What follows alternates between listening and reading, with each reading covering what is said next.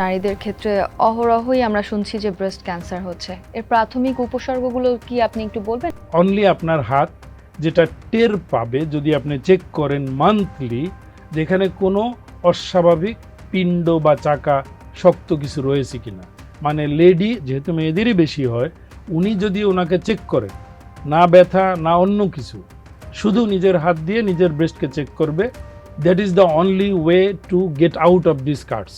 এই অভিশাপ থেকে মুক্তির একমাত্র রাস্তা ইউ ইয়োরসেলফ। এটাকে বলা হয় silent killer.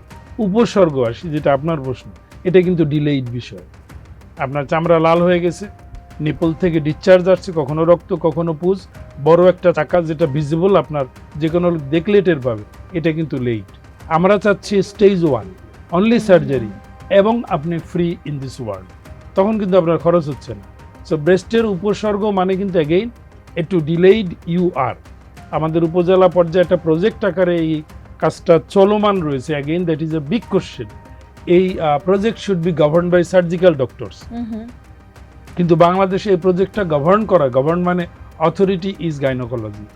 Breast by science, বিজ্ঞানসম্মতভাবে breast anatomically it is the duty of surgical doctors, not gynaecologist. কিন্তু মাইন্ডসেট, পশ্চাৎমুখী চিন্তা, আমাদের কিছুটা রিচুয়াল বলি, টাবুজ রয়েছে, সোশ্যাল রেস্ট্রিকশন রয়েছে not to talk on breast. যেমন আমাদের কেউ মানসিকভাবে অসুস্থ হলে তাকে আমরা রেডিলি পাগল বলি। উনি যে হেল্পলেস, এবং ওনার মেডিকেল অ্যাটেনশন অথবা সাপোর্ট সার্ভিসের মাধ্যমে তাকে মেইন স্ট্রিমে আনা যায়।